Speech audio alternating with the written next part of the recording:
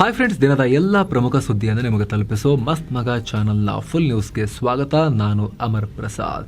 ದೊಡ್ಡ ವಿಕೆಟ್ ಬಿದ್ದಿದೆ. ರಾಜ ಮನೆತನದ ದೊಡ್ಡ ವಿಕೆಟ್ ಬಿದ್ದಿದೆ ಎಪ್ಸ್ಟೀನ್ ಫೈಲ್ಸ್ ನಲ್ಲಿ. ಬ್ರಿಟನ್ ರಾಜ ಕುಟುಂಬದ ಕುಡಿ ಕಿಂಗ್ ಚಾರ್ಲ್ಸ್ ದಿ ಥರ್ಡ್ ಅವರ ಸಹೋದರ ಮಾಜಿ ಪ್ರಿನ್ಸ್ ಆಂಡ್ರೂ ಅವರನ್ನ ಪೊಲೀಸರು ಅರೆಸ್ಟ್ ಮಾಡಿದ್ದಾರೆ. ಅವರ 66ನೇ ಹುಟ್ಟುಹಬ್ಬದ ದಿನ ನಾರ್ಫೋಕ್ ನಲ್ಲಿರೋ ಸ್ಯಾಂಡ್ರಿಂಗಮ್ ಎಸ್ಟೇಟ್ ನಿಂದ ಎತ್ಕೊಂಡು ಹೋಗಿದ್ದಾರೆ. ಸಾರ್ವಜನಿಕ ಕಚೇರಿಯ ದುರ್ಬಳಕೆ ಮಾಡಿದ್ರು. ಬ್ರಿಟನ್ ಸರ್ಕಾರದಲ್ಲಿ ಅಂತಾರಾಷ್ಟ್ರೀಯ ವ್ಯಾಪಾರ ಪ್ರತಿನಿಧಿಯಾಗಿ ಕೆಲಸ ಮಾಡುವಾಗ ಅಕ್ರಮ ಮಾಡಿದ್ರು ಅಂತ ಪೊಲೀಸರು ಹೇಳಿದ್ದಾರೆ. ಸ್ನೇಹಿತರೆ, ಆದರೆ ಈ ಮನುಷ್ಯ ಅತ್ಯಂತ ಅಪಮಾನಕಾರಿ ರೀತಿಯಲ್ಲಿ ಎಪ್ಸ್ಟೀನ್ ನ ಅರಮನೆಯಲ್ಲಿ ಹುಡುಗಿಯರೊಂದಿಗೆ ಕಾಂಪ್ರಮೈಸಿಂಗ್ ಪೊಸಿಷನ್ ನಲ್ಲಿ ಸಿಕ್ಕಾಕೊಂಡಿದ್ರು. ಎಪ್ಸ್ಟೀನ್ ಫೈಲ್ಸ್ ನ ಲೀಕ್ ಆಗಿರೋ ಫೋಟೋಸ್ ಅಲ್ಲಿ ನೆಲದ ಮೇಲೆ ಮಲಗಿರೋ ಯುವತಿಯನ್ನ ಆತ ಇನ್ಅಪ್ರೋಪ್ರಿಯೇಟ್ ಆಗಿ, ಅಂದ್ರೆ ಸೂಕ್ತವಲ್ಲದ ರೀತಿಯಲ್ಲಿ ಟಚ್ ಮಾಡ್ತಿರೋದು, ಕುತ್ಕೊಂಡಲ್ಲಿ ಕ್ಯಾಮ್ರಾಗೆ ಪೋಸ್ ಕೊಡ್ತಿರೋದು, ಇದೆಲ್ಲ ಆಚೆಗೆ ಬಂದಿತ್ತು. ಅದರಲ್ಲಿ ಮಹಿಳೆಯರನ್ನ ಬ್ಲರ್ ಮಾಡಲಾಗಿತ್ತು ಅಥವಾ ಕಪ್ಪು ಮಸಿಯಿಂದ ಮುಚ್ಚಲಾಗಿತ್ತು, ಮುಖ ತೋರಿಸಲಾಗಿರಲಿಲ್ಲ. ಈ ವಿವಾದ ತೀವ್ರ ಆಗ್ತಿದ್ದ ಹಾಗೆ ಬ್ರಿಟನ್ ನಲ್ಲಿ ಮೊದಲ ಬಾರಿಗೆ ರಾಜಮನೆತನದ ಹಿರಿಯ ಸದಸ್ಯನೊಬ್ಬನ ಅರೆಸ್ಟ್ ಆಗಿದೆ. ಇತಿಹಾಸದಲ್ಲೇ ಮೊದಲ ಬಾರಿಗೆ ರಾಜಮನೆತನಕ್ಕೆ ಪೊಲೀಸರು ಕೈ ಹಾಕಿರೋದು. ಈ ಕುರಿತು ಬ್ರಿಟನ್ ಪೊಲೀಸರು ಪ್ರಕಟಣೆ ಕೂಡ ಹೊರಡಿಸಿದ್ದಾರೆ. ಅಕ್ರಮ ನಡೆಸಿರೋ ಶಂಕೆ ಮೇರೆಗೆ ಅಂತ ಹೇಳ್ತಿದ್ದಾರೆ. ಅಕ್ರಮನ ವರ್ಡಿಸ್ ಮಾಡ್ತಿದ್ದಾರೆ. ಎಪ್ಸ್ಟೀನ್ ಫೈಲ್ಸ್ ಲಿಂಕ್ ಅಂತ ನೇರವಾಗಿ ಅವರಿನ್ನೂ ಹೇಳ್ತಾ ಇಲ್ಲ. 60ನೇ ವಯಸ್ಸಿನ ವ್ಯಕ್ತಿಯೊಬ್ಬರನ್ನ ಅರೆಸ್ಟ್ ಮಾಡಲಾಗಿದೆ. ಬ್ರಿಟನ್ ಕಾನೂನು ಪ್ರಕಾರ ನಾವು ಆತನ ಹೆಸರನ್ನ ಬಹಿರಂಗ ಮಾಡೋ ಹಾಗಿಲ್ಲ. ಈಗ ಈ ಕೇಸ್ನ ತನಿಖೆ ಆಗ್ತಾ ಇದೆ. ಸೊ ಮಾಧ್ಯಮದವರು ಈ ಕುರಿತು ಏನೇ ರಿಪೋರ್ಟ್ ಪಬ್ಲಿಷ್ ಮಾಡೋ ಮುನ್ನ ಜಾಗೃತೆಯಿಂದ ಇರಬೇಕು, ಇಲ್ಲಾಂದ್ರೆ ಕಾನೂನು ಉಲ್ಲಂಘನೆ ಮಾಡಿದಂಗಾಗತ್ತೆ. ಇದರ ಬಗ್ಗೆ ಸಾರ್ವಜನಿಕರಿಗೆ ಕುತೂಹಲ ಇರೋದು ನಮಗೆ ಅರ್ಥ ಆಗುತ್ತೆ. ಸರಿಯಾದ ಟೈಮ್ ನಲ್ಲಿ ಇದ್ರ ಬಗ್ಗೆ ಅಪ್ಡೇಟ್ ಕೊಡ್ತೀವಿ ಅಂತ ಹೇಳಿದ್ದಾರೆ. Same time British prime minister Keir Starmer ಕಾನೂನಿಗಿಂತ ಯಾರು ದೊಡ್ಡವರಲ್ಲ ಅನ್ನೋ ಹೇಳಿಕೆ ಕೊಟ್ಟಿದ್ದಾರೆ. ರಾಜ ಚಾರ್ಲ್ಸ್ ದಿ ಥರ್ಡ್ ಕಾನೂನು ಪ್ರಕಾರ ಏನ್ ಮಾಡ್ತಾರೋ ಮಾಡ್ಲಿ, ಪೊಲೀಸರು ಬ್ರಿಟನ್ ಸರ್ಕಾರಕ್ಕೆ ಸಂಪೂರ್ಣ ಬೆಂಬಲ ಇದೆ ಅನ್ನೋ ಹೇಳಿಕೆ ಕೂಡ ಕೊಟ್ಟಿದ್ದಾರೆ. ಸೊ ಅರ್ಥ ಮಾಡ್ಕೊಳ್ಳಿ ಯಾರಿದು ಅಂತ ಹೇಳಿ. ಈ ಮೂಲಕ ಆಂಡ್ರೂ ಜೈಲಲ್ಲಿ ಬ್ರೆಡ್ ಹರಿಯೋ ಕಾಲ ಬರ್ತಾ ಇದೆ. ಸ್ನೇಹಿತರೆ, ಈತನ ಮೇಲಿದ್ದ ಆರೋಪ ಏನು ಅಂದ್ರೆ, ಆಂಡ್ರೂ ಬ್ರಿಟನ್ ನ ವ್ಯಾಪಾರಿ ರಾಯಭಾರಿಯಾಗಿ ಕೆಲಸ ಮಾಡುತ್ತಿದ್ದಾಗ ಅಮೆರಿಕದ ಎಪ್ಸ್ಟೀನ್ಗೆ ಲಿಂಕ್ ಹೊಂದಿರೋ ವಿಚಾರ ಬೆಳಕಿಗೆ ಬಂದಿತ್ತು. ಆಗ್ಲೇ ಹೇಳಿದ ಹಾಗೆ ಕಾಂಪ್ರಮೈಸಿಂಗ್ ಪೊಸಿಷನ್ ನಲ್ಲಿ ಈತನ ಫೋಟೋಸ್ ಕೂಡ ಹೊರಗೆ ಬಂದಿದ್ವು. ಜೊತೆಗೆ ಇನ್ನೂ ಸೀರಿಯಸ್ ಆರೋಪಗಳಿದಾವೆ. ಬ್ರಿಟನ್ ಸರ್ಕಾರದ ಗೌಪ್ಯ ಮಾಹಿತಿಯನ್ನ ಎಪ್ಸ್ಟೀನ್ಗೆ ಲೀಕ್ ಮಾಡಿರಬಹುದು ಈ ಆಂಡ್ರೂ ಅನ್ನೋದು ಕೂಡ ಈ ಫೈಲ್ಸ್ ನಲ್ಲಿ, ಎಪ್ಸ್ಟೀನ್ ಫೈಲ್ಸ್ ನಲ್ಲಿ ಉಲ್ಲೇಖ ಆಗಿತ್ತು. ಒಂದಷ್ಟು ಆ ರೀತಿಯ ಅಂಶಗಳು ಕೂಡ ಇದ್ವು. ಇದಕ್ಕೂ ಮುಂಚೆ ಜೆಫ್ರಿ ಎಪ್ಸ್ಟೀನ್ ನ ಅಪರಾಧಗಳಲ್ಲಿ ಸಿಲುಕಿದ್ದ ಸಂತ್ರಸ್ತೆ ವರ್ಜಿನಿಯಾ ಅನ್ನೋರು ಆಂಡ್ರೂ ವಿರುದ್ಧ ಗಂಭೀರ ಆರೋಪಗಳನ್ನ ಕೂಡ ಮಾಡಿದ್ರು. ಲೈಂಗಿಕ ದೌರ್ಜನ್ಯದ ಆರೋಪಗಳನ್ನ 2014ರಲ್ಲಿ ಮಾಡಿದ್ರು ಅಂತ. ಆದ್ರೆ ಆಂಡ್ರೂ ಇಲ್ಲ ಅಂತ ಅಲ್ಲಗಳಿತಾ ಬಂದಿದ್ರು. ಆದ್ರೆ ಎಪ್ಸ್ಟೀನ್ ಫೈಲ್ಸ್ ಕಂಪ್ಲೀಟ್ ಆಗಿ ಪಬ್ಲಿಕ್ ಆದಾಗ ಅದರಲ್ಲಿರೋ ಫೋಟೋಸ್ ನೋಡಿ ಇಡೀ ಬ್ರಿಟನ್ ಆಘಾತಕ್ಕೀಡಾಗಿತ್ತು. ನಿಮ್ಗೆ ಗೊತ್ತಿರಲಿ, ಈ ಎಪ್ಸ್ಟೀನ್ ಜೊತೆ ಜಸ್ಟ್ ಮಾತುಕತೆ ಮಾಡಿದ್ರು, ಊಟ ಮಾಡಿದ್ರು, ಚಾಟ್ ಮಾಡಿದ್ರು ಅನ್ನೋ ಕಾರಣಕ್ಕಾಗಿ ಅನೇಕ ರಾಷ್ಟ್ರಗಳಲ್ಲಿ ಬಹಳ ವಿವಾದ ಆಗ್ತಾ ಇದೆ. ಬ್ರಿಟನ್ ನಲ್ಲಂತೂ ಸುಮಾರು ಜನ ರಾಜೀನಾಮೆ ಕೂಡ ಕೊಟ್ಟಿದ್ದಾರೆ, ಕ್ಲೋಸ್ ಲಿಂಕ್ ಅನ್ನ ಹೊಂದಿದ್ರು ಅಂತ. ಹೀಗಿರುವಾಗ ರಾಜಮನೆತನದವರು ಈ ರೀತಿಯೆಲ್ಲ ಕಾಣಿಸ್ಕೊಂಡ್ರೆ ಫೋಟೋಸ್ ಅಲ್ಲಿ ಈ ವಿಚಾರ ಸುಮ್ಮನೆ ಇರುತ್ತಾ? ಇದು ಗೊತ್ತಾಗ್ತಿದ್ದ ಹಾಗೇನೆ ಕಿಂಗ್ ಚಾರ್ಲ್ಸ್ ದಿ ಥರ್ಡ್ ತಮ್ಮ ಸಹೋದರನಿಂದ ಎಲ್ಲ ರಾಜ ಮನೆತನದ ಟೈಟಲ್ ಗಳನ್ನ ಕೂಡ ಕಿತ್ತುಕೊಂಡಿದ್ರು. ಅಂದ್ರೆ ಮುಂಚೆನೆ ಮಾಹಿತಿ ಇತ್ತ, ಅರೆಸ್ಟ್ ಮಾಡೋ ಮುನ್ನ ರಾಜ ಮನೆತನದ ಲಿಂಕ್ ಅನ್ನ ಕಟ್ ಮಾಡ್ಕೊಳ್ಳೋಣ, ಆಮೇಲೆ ಅರೆಸ್ಟ್ ಮಾಡೋಣ ಅಂತ. ಮಾಜಿ ರಾಜ ಮಾಡ್ಬಿಟ್ರೆ ಕಳಂಕ ಕಮ್ಮಿ ಆಗುತ್ತೆ ಅನ್ನೋ ಲೆಕ್ಕಾಚಾರ ಇತ್ತ ಅನ್ನೋ ಪ್ರಶ್ನೆ ಎಲ್ಲ ಈಗ ಮೂಡ್ತಾ ಇದೆ. ಈಗ ಏನೋ ವಿಪಕ್ಷ ನಾಯಕ ರಾಹುಲ್ ಗಾಂಧಿಗೆ ಕರ್ಣಿ ಸೇನೆಯ ಕಾರ್ಯಕರ್ತ ಎನ್ನಲಾದ ವ್ಯಕ್ತಿಯೊಬ್ಬ ಗುಂಡು ಹಾರಿಸಿ ಹತ್ಯೆ ಮಾಡೋ ಬೆದರಿಕೆ ಹಾಕಿದ್ದಾನೆ. ಆ ರೀತಿ ಬೆದರಿಕೆ ಹಾಕೋಕೆ ಆತ ಕಾರಣಗಳನ್ನ ಕೊಟ್ಟಿದ್ದಾನೆ. ಪ್ರಧಾನಮಂತ್ರಿಗಳ ಸೀಟ್ ಸುತ್ತ ಕುತ್ಕೊಂಡು ಬ್ಲಾಕ್ ಮಾಡ್ತೀರಾ, ಮಹಿಳಾ ಸಂಸದರನ್ನ ಕಳಿಸಿ ಬ್ಲಾಕ್ ಮಾಡ್ತೀರಾ, ಒಬ್ಬೊಬ್ಬ ಎಂಪಿನ ಕೂಡ ಬಿಡೋದಿಲ್ಲ, ಎಲ್ಲರನ್ನ ಮನೆ ನುಗ್ಗಿ ದಾಳಿ ಮಾಡ್ತೀವಿ, ರಾಹುಲ್ ಗಾಂಧಿ ಮೇಲೆ ಗುಂಡು ಹಾರಿಸ್ತೀವಿ ಅಂತ ಆತ ಬೆದರಿಕೆ ಹಾಕಿದ್ದಾನೆ. ಕರ್ಣಿ ಸೇನೆಯ ಮೆಂಬರ್ ಅಂತ ಹೇಳ್ಕೊಂಡಿದ್ದಾನೆ. ರಾಜ ಅಮೇರಾ ನನ್ನ ಹೆಸರು ಅಂತ. ಆ ರೀತಿ ಆತ ವಿಡಿಯೋ ಮಾಡಿ ರಿಲೀಸ್ ಮಾಡೋ ಟೈಮ್ ನಲ್ಲಿ ಆತನ ಹಿಂದೆ PM ಮೋದಿ ಫೋಟೋ ಮತ್ತು ಸ್ಪೀಕರ್ ಓಂ ಬಿರ್ಲಾ ಫೋಟೋವನ್ನ ಕೂಡ ಆತ ನೇತು ಹಾಕೊಂಡಿದ್ದ, ಆಸ್ ಇಫ್ ಒಬ್ಬ ಸರ್ಕಾರದ ಪ್ರತಿನಿಧಿ ಮಾತನಾಡೋ ತರದಲ್ಲಿ. ಇದಕ್ಕೆ ಕಾಂಗ್ರೆಸ್ ಪ್ರತಿಕ್ರಿಯೆ ಕೊಟ್ಟಿದೆ. ಇದು ರ್ಯಾಂಡಮ್ ಆಗಿ ಯಾರೋ ಒಬ್ಬ ಕೊಟ್ಟಿರೋ ಕೋಪದ ಪ್ರತಿಕ್ರಿಯೆ ಅಲ್ಲ, ಬದಲಿಗೆ RSS ಮತ್ತು ಬಿಜೆಪಿಯ ಗೋಡ್ಸೆ ಫ್ಯಾಕ್ಟರಿಯಿಂದ ಬಂದಿರೋ ಬೆದರಿಕೆ ಇದು ಅಂತ ಕಾಂಗ್ರೆಸ್ ಪಾರ್ಟಿ ಪ್ರತಿಕ್ರಿಯೆ ಕೊಟ್ಟಿದೆ. ಇಷ್ಟೆಲ್ಲ ಆದ್ಮೇಲೆ ರಾಜಸ್ಥಾನ ಪೊಲೀಸರು ಬೆದರಿಕೆ ಒಡ್ಡಿರೋ ವ್ಯಕ್ತಿಯನ್ನ ಅರೆಸ್ಟ್ ಮಾಡಿ ಒಳಗೆ ಹಾಕಿದ್ದಾರೆ. ಅತ್ತ ರಾಜಸ್ಥಾನ ಕೋಟಾದ ಬಿಜೆಪಿ ಅಧ್ಯಕ್ಷ ರಾಜೇಶ್ ಜೈನ್ ಇದ್ರ ಬಗ್ಗೆ ಸ್ಪಷ್ಟೀಕರಣ ಕೊಟ್ಟಿದ್ದಾರೆ. ಈ ವ್ಯಕ್ತಿಗೂ ಬಿಜೆಪಿಗೂ ಯಾವುದೇ ಸಂಬಂಧ ಇಲ್ಲ. ರಾಷ್ಟ್ರ ನಿರ್ಮಾಣಕ್ಕೆ ಕಮಿಟ್ ಆಗಿರೋ ಶಿಸ್ತಿನ ಪಾರ್ಟಿ ನಮ್ದು. ಇಂಥ ಬೆದರಿಕೆಗಳು ನಮ್ ಸಿದ್ಧಾಂತ ಅಲ್ಲ, ನಮ್ಮ ನೈತಿಕತೆ ಕೂಡ ಇದು ಅಲ್ಲ, ನಮ್ಮ ಸಿದ್ಧಾಂತಕ್ಕೆ ಇದು ವಿರುದ್ಧ ಇಂಥ ಬೆದರಿಕೆ ಎಲ್ಲ ಒಡ್ಡೋದು ಅನ್ನೋ ಪ್ರತಿಕ್ರಿಯೆ ಕೊಟ್ಟಿದ್ದಾರೆ. ಅತ್ತ ಕರ್ಣಿ ಸೇನೆಯ ರಾಷ್ಟ್ರೀಯ ಅಧ್ಯಕ್ಷ ಮಹಿಪಾಲ್ ಸಿಂಗ್ ಮಕ್ರಾನ ಅವರು ಕೂಡ ಇವನು ಯಾರೋ ಗೊತ್ತಿಲ್ಲ, ಈ ವಿಡಿಯೋದಲ್ಲಿರೋ ವ್ಯಕ್ತಿ ನಮ್ಮ ಸಂಘಟನೆಗೆ ಸೇರಿದವನಲ್ಲ ಅಂತ ಹೇಳಿ ಸ್ಪಷ್ಟೀಕರಣ ಕೊಟ್ಟಿದ್ದಾರೆ. ಇನ್ನು ಪಾಕಿಸ್ತಾನದ ಕರಾಚಿಯಲ್ಲಿ ಭೀಕರ ಅನಿಲ ದುರಂತ ಉಂಟಾಗಿದೆ. ಗ್ಯಾಸ್ ಸಿಲಿಂಡರ್ ಲೀಕ್ ಪರಿಣಾಮ ದೊಡ್ಡ ಸ್ಫೋಟ ಉಂಟಾಗಿ ಗ್ಯಾಸ್ ಲೀಕ್ ನಿಂದ 16 ಜನ ಪ್ರಾಣ ಕಳ್ಕೊಂಡಿದ್ದಾರೆ. ದೊಡ್ಡ ಸ್ಫೋಟ, ಇನ್ನು ತುಂಬಾ ಜನ ಸಿಕ್ಕಾಕೊಂಡಿರೋ ಶಂಕೆ ಇದೆ. ರಕ್ಷಣಾ ಕಾರ್ಯಾಚರಣೆ ಮುಂದುವರೆದಿದೆ. ಸಾವಿನ ಸಂಖ್ಯೆ ಜಾಸ್ತಿ ಆಗೋ ಲೆಕ್ಕಾಚಾರ ಇದೆ. ತನಿಖೆ ನಡೀತಾ ಇದೆ, ನಿಜಕ್ಕಲ್ಲಿ ಏನ್ ನಡೀತು ಅಂತ. ಪಾಕಿಸ್ತಾನ ಅಲ್ವಾ, ಹೇಳಕ್ಕಾಗಲ್ಲ ಏನ್ ನಡೆದಿರಬಹುದು ಅಂತ. ಏನು ಎಐ ಇಂಪ್ಯಾಕ್ಟ್ ಸಮಿಟ್ ನಲ್ಲಿ ಇವತ್ತು ಪಿಎಂ ನರೇಂದ್ರ ಮೋದಿ, ಫ್ರಾನ್ಸ್ ಅಧ್ಯಕ್ಷ ಇಮಾನ್ಯುಯಲ್ ಮ್ಯಾಕ್ರಾನ್ ಎಲ್ಲ ಮಾತನಾಡಿದ್ದಾರೆ. ಭಾರತದ ಡಿಜಿಟಲ್ ಸಾಧನೆಯನ್ನ ಮ್ಯಾಕ್ರಾನ್ ಹೊಗಳಿದ್ದಾರೆ. ಮತ್ತೆ ಪಿಎಂ ಕೂಡ ಮಾತನಾಡಿದ್ರು. ಮಾನವ್ ಅಂದ್ರೆ ಫ್ರೇಮ್ ವರ್ಕ್ ಅಂತ, ಇದು ಮಾನವ್ ಅಂದ್ರೆ moral, accountable, national ಸಾವರೆಂಟಿ, accessible, valid ಅಂತ. ಅಂದ್ರೆ ಇವರಿಗೆ ಫಸ್ಟ್ ಹೆಸರಿಟ್ಟು ಬಿಡ್ತಾರೆ, ಆಮೇಲೆ ಇದಕ್ಕೆ ತಕ್ಕಂತೆ ಫುಲ್ ಫಾರ್ಮ್ ಹುಡುಕಿ ಅಂತೇಳಿ ಹೇಳ್ತಾರಂತ ಕಾಣುತ್ತೆ. ಆ ಥರದ್ದು ಇನ್ನೊಂದೇನೋ ತಗೊಂಡ್ಬಂದಿದ್ದಾರೆ. ಡೀಪ್ ಫೇಕ್ಗಳ ಬಗ್ಗೆ ಎಚ್ಚರಿಕೆ ಕೊಡ್ತಾ ಫುಡ್ ಪ್ಯಾಕೆಟ್ಗಳ ಮೇಲಿರೋ ನ್ಯೂಟ್ರಿಷನ್ ಲೇಬಲ್ನಂತೆ ಎಐ ಕಾಂಟೆಂಟ್ಗೂ ಅಥೆಂಟಿಸಿಟಿ ಇರಬೇಕು, ಆ ಲೇಬಲ್ ಇರಬೇಕು ಅಂತ ಹೇಳಿದ್ದಾರೆ. ಇನ್ನು ಇದೇ ವೇದಿಕೆಯಲ್ಲಿ ಟಾಟಾ ಸನ್ಸ್ ಮತ್ತು ಓಪನ್ ಎಐ ನಡುವೆ ಭಾರತದಲ್ಲಿ 100 ಮೆಗಾವಾಟ್ ಸಾಮರ್ಥ್ಯದ ಎಐ ಡೇಟಾ ಸೆಂಟರ್ ನಿರ್ಮಿಸೋ ಬಿಗ್ ಡೀಲ್ ಕೂಡ ಅನೌನ್ಸ್ ಆಗಿದೆ. TCSನ ಹೈಪರ್ ವಾಲ್ಟ್ ಘಟಕದ ಮೂಲಕ ಈ ಎಐ ಡೇಟಾ ಸೆಂಟರ್ ತಲೆ ಎತ್ತುತ್ತೆ. ಆದರೆ ಈ ಡೀಲ್ ಮೌಲ್ಯವನ್ನ ಸದ್ಯಕ್ಕೆ 2 ಕಂಪನಿಗಳು ಗುಟ್ಟಾಕಿಟ್ಟಿದ್ದಾರೆ. ಎಷ್ಟು ವ್ಯಾಲ್ಯೂಯೇಷನ್ ಇದೆ, ಎಷ್ಟು ಖರ್ಚಾಗುತ್ತೆ ಅಂತ. ಇನ್ನು ಈ ಸಮಿಟ್ ಮೂಲಕ ಭಾರತದ ಸರ್ವಂ ಎಐ ಸ್ಟಾರ್ಟ್ಅಪ್ ಜಾಗತಿಕವಾಗಿ ಸೌಂಡ್ ಮಾಡಿದೆ. ಚಾಟ್ GPT ಮತ್ತು ಗೂಗಲ್ನಂತ ಜಾಗತಿಕ ಎಐ ಮಾಡೆಲ್ಗಳು ಇಂಗ್ಲಿಷ್ಗೆ ಜಾಸ್ತಿ ಪ್ರಾಶಸ್ತ್ಯ ಕೊಡ್ತಾ ಇದ್ವು.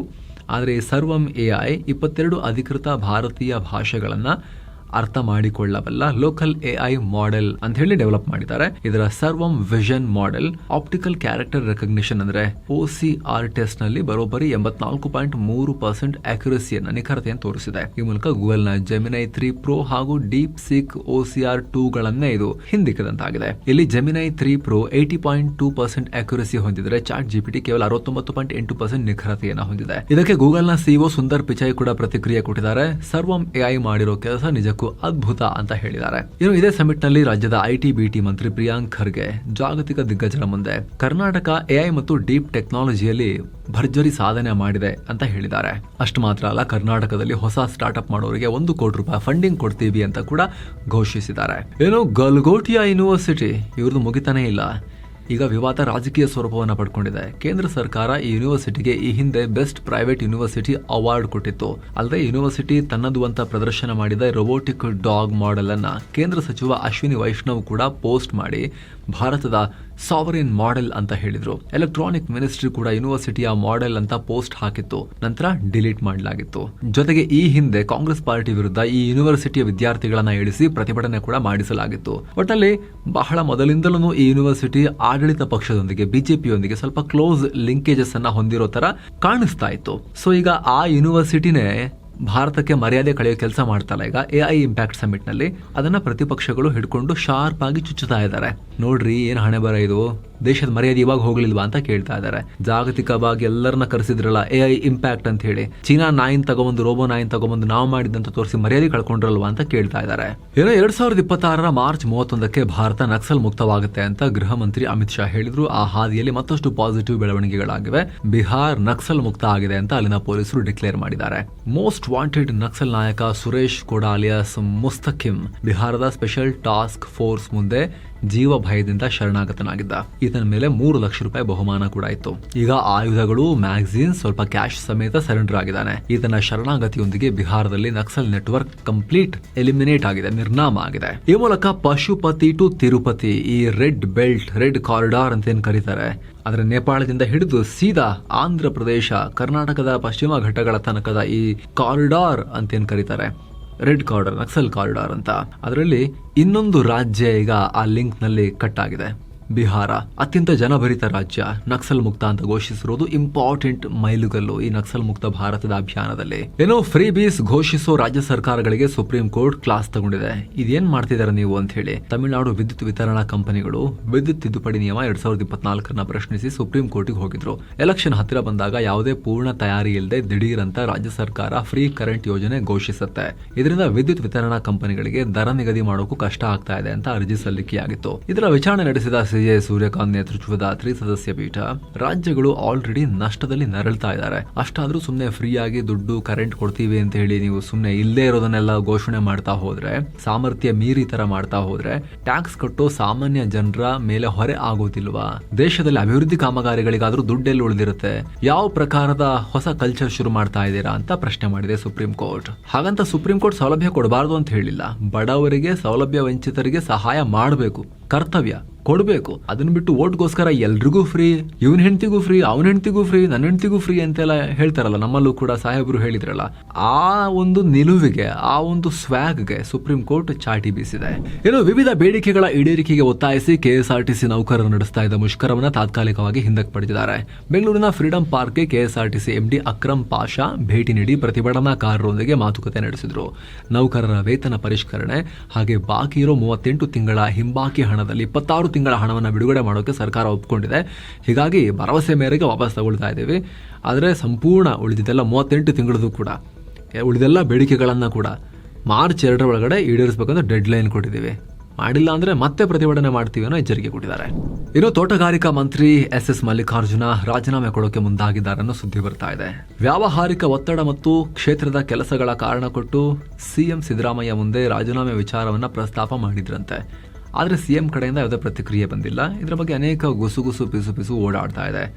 ಶಾಮನೂರು ಶಿವಶಂಕರಪ್ಪ ಅವರಿಂದ ತೆರವಾಗಿರೋ ದಾವಣಗೆರೆ ದಕ್ಷಿಣ ಕ್ಷೇತ್ರದಿಂದ ಮಗನಿಗೆ ಟಿಕೆಟ್ ನೀಡಿ ಅನ್ನೋ ಒತ್ತಡ ಹಾಕೋಕ್ಕೋಸ್ಕರ, ಅಂದರೆ ಇನ್ನೊಂದು ನೆಕ್ಸ್ಟ್ ಜನರೇಷನ್ ತರಕ್ಕೆ ಮಲ್ಲಿಕಾರ್ಜುನ್ ಈ ರೀತಿ ಮಾತಾಡ್ತಾ ಇದ್ದಾರೆ ಅಂತ ಹೇಳಲಾಗ್ತಿದೆ. ನೋಡ್ಬೇಕೇನಾಗುತ್ತೆ ಅಂಥೇಳಿ. ಎಂಥ ಬಿಸ್ನೆಸ್ ಇದ್ರೂ ಕೂಡ ಮಂತ್ರಿ ಸ್ಥಾನಕ್ಕೋಸ್ಕರ ಹೆಂಗೆ ಲಾಬಿ ಮಾಡ್ತಾರೆ, ಇವರು ವ್ಯವಹಾರ ಜಾಸ್ತಿ ಅಂತ ಹೇಳಿ ಬಿಡಕ್ಕೆ ಹೊರಟಿದಾರಂತೆ. ಏನು ಕಳೆದ 3 ತಿಂಗಳಿಂದ ಬಂಡೀಪುರ ಮತ್ತು ನಾಗರಹೊಳೆ ಅರಣ್ಯದಲ್ಲಿ ಸ್ಟಾಪ್ ಆಗಿದ್ದ ಸಫಾರಿಗೆ ರಾಜ್ಯ ಸರ್ಕಾರ ಈಗ ಗ್ರೀನ್ ಸಿಗ್ನಲ್ ಕೊಟ್ಟಿದೆ. ಮತ್ತೆ ಕಾಡು ಪ್ರಾಣಿಗಳ ದಾಳಿಯಿಂದ ಬೇಸತ್ತು ಈ ಕೆಲಸವನ್ನು ಮಾಡಿತ್ತು, ಸಫಾರಿನೇ ಬಂದಂತ ಮಾಡಿದ್ರು. ಅದಕ್ಕೆ ಪ್ರತಿಯಾಗಿ ಹೋಟೆಲ್ ರೆಸಾರ್ಟ್ ಮಾಲೀಕರು ಸಫಾರಿ ಶುರು ಮಾಡಿಲ್ಲಾರೆ ಬಂದ್ ಮಾಡ್ತೀವಿ ನಾವು ಹೋಟೆಲ್ ಎಲ್ಲ ಅಂತ ಹೇಳಿ ವಾರ್ನಿಂಗ್ ಕೊಟ್ಟಿದ್ರು.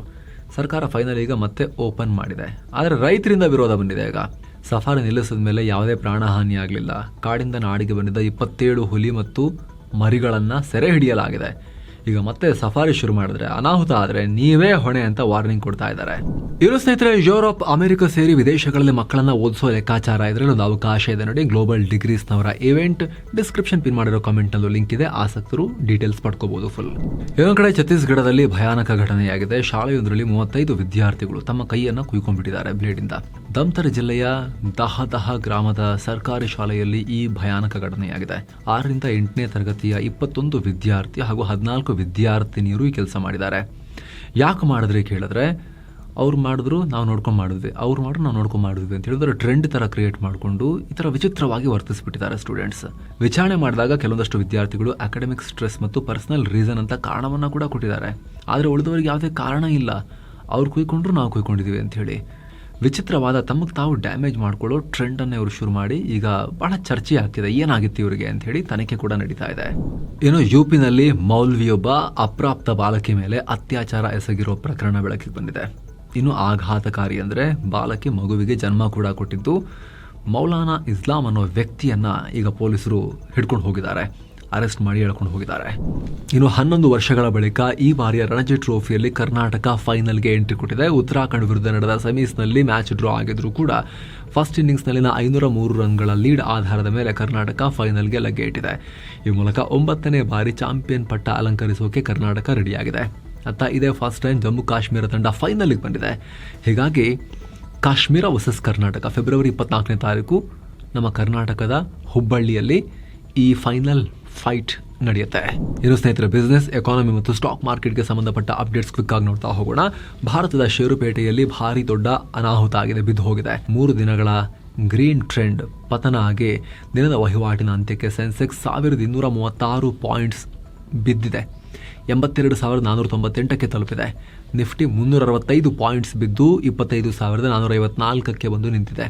ಇತ್ತ ಮಿಡ್ ಕ್ಯಾಪ್ ಇಂಡೆಕ್ಸ್ 1.6% ಕುಸಿತ ಕಂಡಿದ್ರೆ ಸ್ಮಾಲ್ ಕ್ಯಾಪ್ ಇಂಡೆಕ್ಸ್ 1.3% ಡೌನ್ ಆಗಿದೆ. ಸಿಂಗಲ್ ಸೆಷನ್ನಲ್ಲಿ ಹೂಡಿಕೆದಾರರಿಗೆ 8 ಲಕ್ಷ ಕೋಟಿ ರೂಪಾಯಿ ಲಾಸ್ ಆಗಿದೆ. BSE ಲಿಸ್ಟೆಡ್ ಕಂಪನಿಗಳ ಮಾರ್ಕೆಟ್ ಕ್ಯಾಪ್ 464 ಲಕ್ಷ ಕೋಟಿ ರೂಪಾಯಿಗೆ ಇಳಿಕೆಯಾಗಿದೆ. ರಿಯಾಲಿಟಿ, IT, ಆಟೋಮೊಬೈಲ್, ಬ್ಯಾಂಕಿಂಗ್ ಹಾಗೂ FMCG ಸೇರಿದ ಹಾಗೆ ಎಲ್ಲ ಪ್ರಮುಖ ಸೆಕ್ಟರ್ಗಳ ಷೇರುಗಳು ನೆಲಕಚ್ಚಿವೆ. ಕಳೆದ 3 ದಿನಗಳಿಂದ ಲಾಭ ಮಾಡಿಕೊಂಡಿದ್ದ ಹೂಡಿಕೆದಾರರು ಪ್ರಾಫಿಟ್ ಬುಕ್ಕಿಂಗ್ಗೆ ಮುಂದಾಗಿದ್ದೇ ಈ ಕುಸಿತಕ್ಕೆ ಮುಖ್ಯ ಕಾರಣ. ಇದರ ಜೊತೆಗೆ ಅಮೆರಿಕ ಇರಾನ್ ನಡುವಿನ ಜಾಗತಿಕ ಟೆನ್ಷನ್, ಏರಿಕೆಯಾಗ್ತಿರೋ ಕಚ್ಚಾ ತೈಲದ ಬೆಲೆ ಹಾಗೂ ಅಮೆರಿಕದ ಫೆಡರಲ್ ರಿಸರ್ವ್ ಬಡ್ಡಿದರ ಕಡಿತದ ಬಗೆಗಿನ ಅನ್ಸರ್ಟೆನಿಟಿ ಮಾರ್ಕೆಟ್ಗೆ ಹೊಡೆತ ಕೊಟ್ಟಿದೆ. ONGC, Hindalco, Tata investment corporation, HDFC life ಶೇರ್ಗಳು ಗ್ರೀನ್ನಲ್ಲಿದ್ವು. ಹಿಂದೂಸ್ತಾನ್ ಪೆಟ್ರೋಲಿಯಂ, ಟ್ರೆಂಟ್, ಇಂಡಿಗೋ ಶೇರುಗಳು ಟಾಪ್ ಲೂಸರ್ಸ್ ಆಗಿದ್ರು. ಇನ್ನು ಡಾಲರ್ ಮುಂದೆ ರೂಪಾಯಿ ಮೌಲ್ಯ 42 ಪೈಸೆ ಕುಸಿದು 91 ರೂಪಾಯಿ 21 ಪೈಸೆ ಆಗಿದೆ. ಇನ್ನು ರಿಲಯನ್ಸ್ ಇಂಡಸ್ಟ್ರೀಸ್ ಲಿಮಿಟೆಡ್ AI ಮೇಲೆ ಬರೋಬ್ಬರಿ 10 ಲಕ್ಷ ಕೋಟಿ ರೂಪಾಯಿ ಹೂಡಿಕೆ ಮಾಡೋದಾಗಿ ಮುಖೇಶ್ ಅಂಬಾನಿ ಘೋಷಿಸಿದ್ದಾರೆ. ಮುಂದಿನ 7 ವರ್ಷಗಳಲ್ಲಿ ಇಷ್ಟು ಇನ್ವೆಸ್ಟ್ ಮಾಡ್ತೀವಿ ಅಂತ ದಿಲ್ಲಿಯ AI ಸಮಿಟ್ನಲ್ಲಿ ಹೇಳ್ಕೊಂಡಿದ್ದಾರೆ. ಜಿಯೋ ಡೇಟಾ ಸೆಂಟರ್ ಜೊತೆಗೆ ಕಂಪ್ಯೂಟಿಂಗ್ ಇನ್ಫ್ರಾಸ್ಟ್ರಕ್ಚರ್ ಬಿಲ್ಡ್ ಮಾಡೋ ಪ್ಲಾನ್.